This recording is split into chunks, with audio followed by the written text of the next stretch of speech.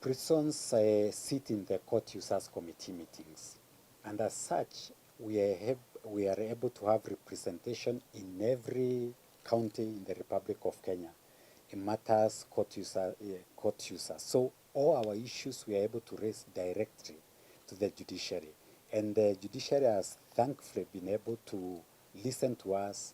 We've talked about a reviewing of bonds and bails, a review of cases of those who are already serving sentences, and some of the cases, for instance, even convicted, they are taken through to community service orders, and also the probation. Some inmates are removed to serve their sentences within the probation. So this is a collaborative way of working to ensure that we reduce the congestion. As we take over now the reins of this service, we'll build on the successes that has been achieved. We are looking at one, modernization and mechanization of prison, farm, and industries. We do realize there could be some challenges because of the way we've been operating for quite a long time. Growth and development remains dynamic in any organization that seeks to continue expanding and growing. We need to modernize our prison industries through introduction of new equipment and new working tools so that we can remain competitive in the market in terms of the production of completed items that we make from our industries. My 100-day agenda begins with the leadership of the Kenya Prison Service. We intend to ensure that the structure that there is communicates from the top to the bottom. Our vision that is held within the Kenya Prison Service at the headquarters is communicated, and everyone plugs or follows through. Number two, we want to ensure that we put structures in place to ensure review of our regulations and policies to ensure that we are in tandem with the implementation of the Maraga report. So Maraga report implementation, ourselves, the principal secretary, we are working towards to ensure that we achieve that because they are the timelines. That is core, and it will affect positively the way we operate and the way the management of the institutions, both the welfare of the staff and the welfare of the junior staff, and also the inmates, is being catered for. In terms of human rights issues, we are also building on capacity, and we want to ensure that every person, both staff and the inmates, understand the human rights issues. And as I conclude, we also want to look into the mental health of our officers, owing to the many challenges within the country, that we put in place and build on the programs in place already to ensure we handle and take good care of the mental health of our officers. There are some challenges in terms of congestion. At the moment, our population stands to about 62,000 against our holding capacity of 30,000. This is because we do not have control of the number of inmates that we can accommodate, we receive in prisons.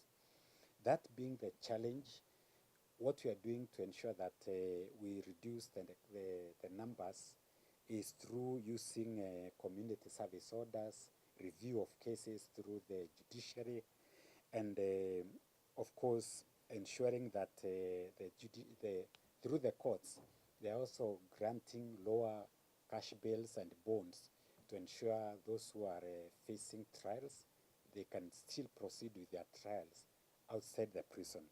However, that being the case, it still remains the fact that we are growing in terms of population as a nation. crime also, we cannot say it has come down drastically. So we cannot hide the fact that there is need for us to expand our facilities through construction of new prisons, through modernization of the existing prisons, and through ensuring that because the crime has really changed, we also need to improve on the way we even handle the inmates that we have. His Excellency the President did pronounce himself on construction of about 20,000 houses for the prison officers. This will go a long way to ensuring that we are able to accommodate our officers in uh, suitable houses within our facilities, because we need to secure and also to patrol our institutions. And above all, it's to ensure that through affordable housing program, we'll be able even to benefit from the same as a service. Of course, we have plans, approved ones for that matter, for the areas that we want to expand in terms of facilities.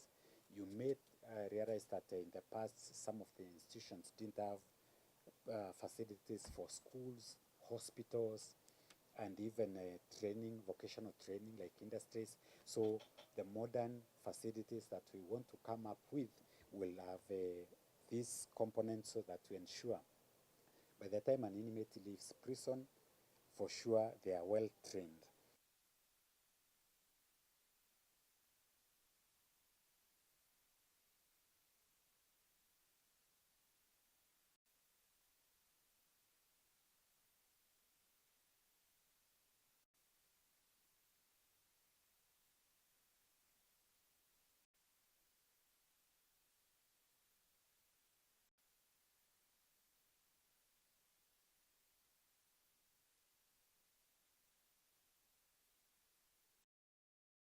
Ndi murimi wa mucere na nimaga kuomboka, ni nimaga mbegu na ngarima commercial.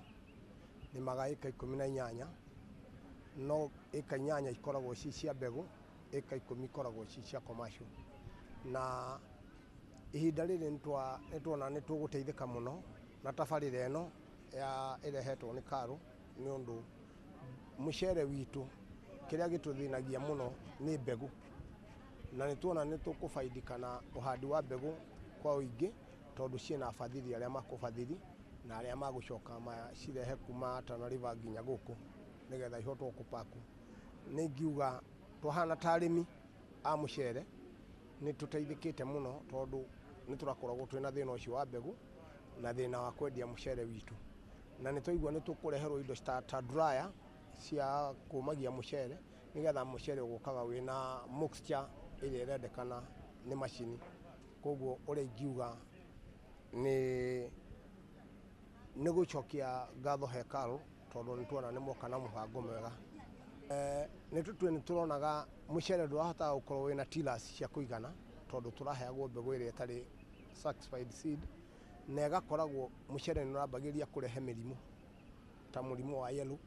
Ukonaga mucere handu ha wikire urekira spot cia black na red, na mucere ucio urakoragwo tugacoka maciaro magacoka thi muno, tondu ugethete kilo 4,500 ugicoka kugetha 2,000 kana nginya 1,000 ni kuonania mbegu ni iratu effectaga muno, na tugucokia ngatho ni undu wa kureherwo mbegu njega.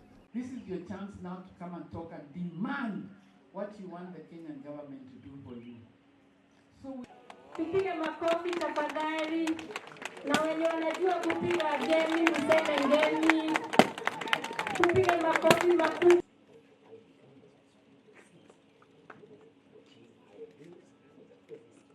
at Rizzo.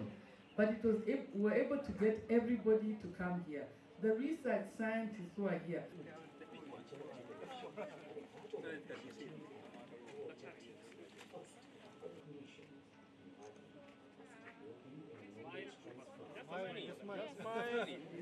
Your age. Had a lot of potential genetics. Thank you for coming. It took Waona to. If there's something you think that Calvo needs to do with our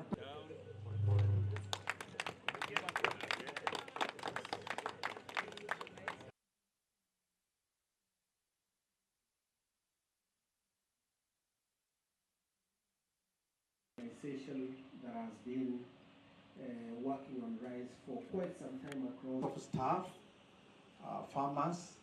I'm Jambo, good morning. Because this project, the launch of this project is going to have a big value expanded all over the country.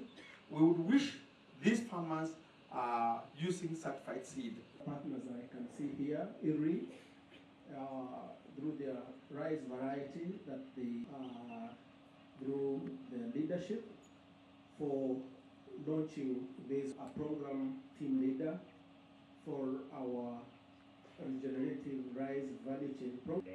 Say that as a regulator, our mandate is to ensure that what are not certified, actually mostly it should be less than 5%.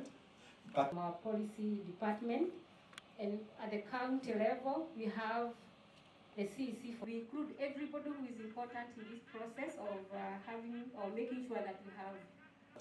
In 2 years, we'll be talking about 10-20% seed certification as the demand and the amount of seed produced. But when I look at this system, we are like... Give us a few words of assurance and even of your support from your office. On production per unit area, and one way is use of certified seed.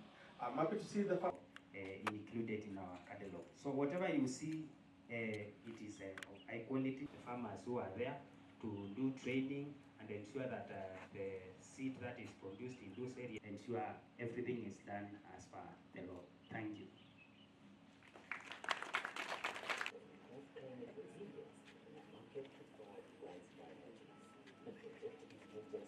At Calro Mwea, whereby we are launching a project on sustainable seed system in the rice value chain. Consumption of rice in the country is going up, especially because of the young people who are abandoning ugali and going for rice. Currently, we are consuming about 950,000 to 1 million metric tons of rice, whereas we are only producing 200,000 metric tons. That's a deficit of 80%. For us to be able to close that gap, we need to have a seed system which ensures quality seed, affordability, so that farmers are able to increase production. The aim of this project is to increase rice production by at least 25% annually. And hopefully in the next 4 to 5 years, we will have bridged a gap of up to 50 to 60% of what we are producing. We'll have reduced by 50 to 60%. And this is basically within the better agenda of reducing imports. As you can see, we are importing 80% of the rice we consume, costing us about 34 billion Kenya shillings per year. So it's not only reducing imports, it's ensuring food security and livelihood of the farmers of this particular part of Mwea. Also, we are working with the farmers in Tana River, Kwale, Taita, and the western part of Ahero, whereby rice is grown. So rice seed system is a whole, when we talk of a system, it is from seed production, that is basic seed production, certified seed production. We are also looking at mechanization of the processes, because one of the biggest challenges the farmers are facing here, if you go along the road here, you'll find a lot of rice being dried on the roadside. That brings a lot problems of contamination, especially because of the smoke of the vehicles that are passing by the road. And right now you can see it's raining today. They cannot be able to dry those rice. So we are doing the whole value chain from seed production, mechanization, post-harvest management. We're going to introduce dryers for farmers. There are challenges of harvesting. We're also going to introduce harvesters for rice. There are problems of planters. Farmers are still planting using their hands, even weeding. So we want to mechanize the whole value chain so that production is fast and efficient. Pest and disease, because of climate change, is a continuous process. Right now, we have a big challenge here of the snail, which our researchers are working with Pest Control Product Sport to test various products that can be used to control the snails in the fields.